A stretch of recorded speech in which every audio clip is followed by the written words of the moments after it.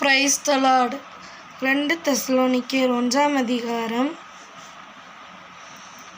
5 நீங்கள் தேவனுடைய ராஜ்யத்தின் நிமித்தம் பாடு அனுபவிக்கலா இருக்க, அந்த ராஜ்யத்திற்கு நீங்கள் பாத்திரர் என்று எண்ணப்படும்படிக்கு தேவன் நியாயமான தீர்ப்பு செய்கிறவர் என்பதற்கு அதுவே அத்தாட்சியாக இருக்கிறது. எது அத்தாட்சியாக இருக்கிறது என்றால், மேலான வசனத்தில் என்ன கூறப்படுதுன்னா, நீங்கள் சகிக்கிற சகல துன்பங்களிலும் உபத்திரவங்களிலும் பொறுமையும் விசுவாசத்தையும் காண்கிறது நிமித்தம் உங்களை குறித்து நாங்கள் தேவனுடைய சபைகள் என்ன பண்ணுறோம், மேன்மை பாராட்டுகிறோம் என்று கூறப்பட்டுள்ளது. இப்படி கூறப்பட்டுள்ளதுனால அவர் என்ன சொல்கிறாருன்னா, சகிக்கிற சகல துன்பங்களிலும் உபத்திரவங்களும் நம்ம என்ன பண்ணுறோமா, பொறுமையையும் விசுவாசத்தையும் நம்ம காண்பிக்கிறோமா. பொறுமைனா யாரை சொல்லலாம்னா, யோபின் பொறுமையை நம்ம கூறலாம்.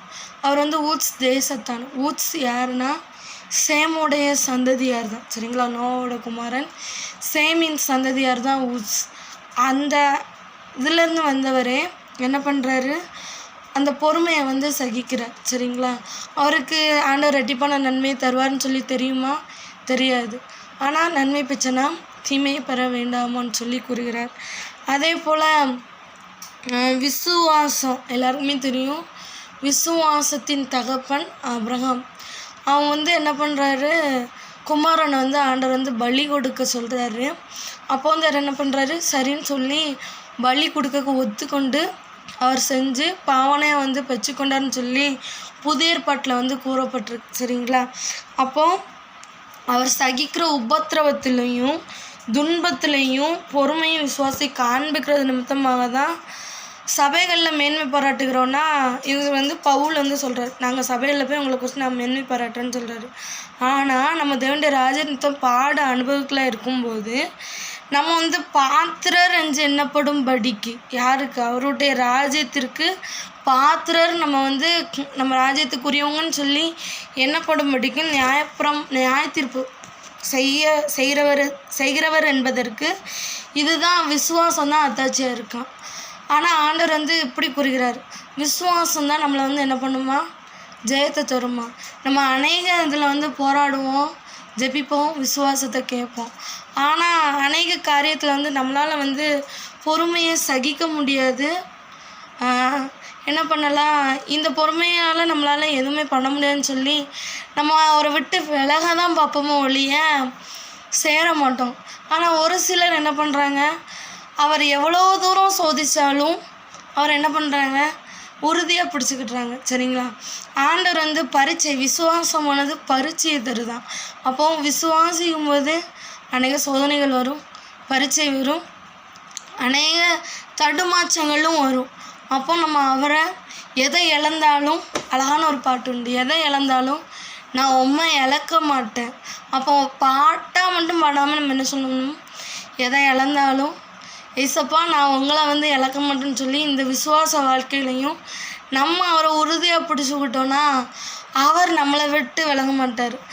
ஒரு பாட்டில் கூட என்ன இருக்கும்னா, என் நெருக்கத்தின் எல்லை புரிந்தவரே, என்னை பெருக்கமாய் ஆசீர்வதிப்பவரே, ஆனால் ஒன்று மட்டும் தெரியும், நான் உங்கள் தோளில், ஆனால் ஒன்று மட்டும் தெரியும், நான் உங்கள் தோளில், இப்படி கூறப்பட்டிருக்கும். சரிங்களா, அந்த பாட்டில்.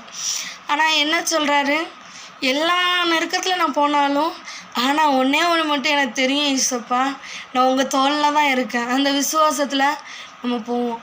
அதே போல் ஒரு பாட்டு என்ன சொல்லுவோன்னா, உங்கள் அழகான முகம் என் உள்ளத்தை அசைக்குது. அந்த சாங்கில் என்ன சொல்லியிருக்கோன்னா, யோபுவை போல நான் நம்புவேன், யோசேப்பை போல நான் நம்புவேன், ஒன்றுமே இல்லைனாலும் நம்புவேன், எல்லாமே இருந்தாலும் நம்புவேன்.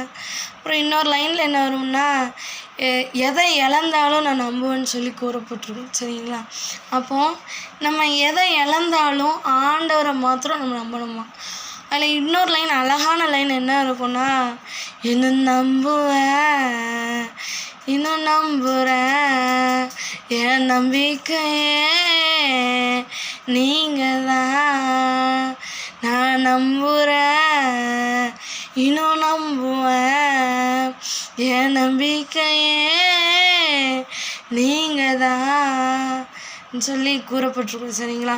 அப்போது எல்லா வச்சையும் நம்ம இழந்தாலும் யோபுவை போல் நம்ம என்ன பண்ணணுமா, நம்பணுமா, விசுவாசத்தில் நம்ம ஓடணும்னு சொல்லி ஆண்டவர் இஞ்சி உங்களுக்கு கற்று தருகிறார். சரிங்களா? இதே விசுவாச பாதையில் நீங்கள் ஓடுங்க. கர்த்தர் தாமே இந்த வார்த்தைகள் உங்களோடு கூட பேசிப்பாருன்னு சொல்லி விசுவாசிக்கிறேன்.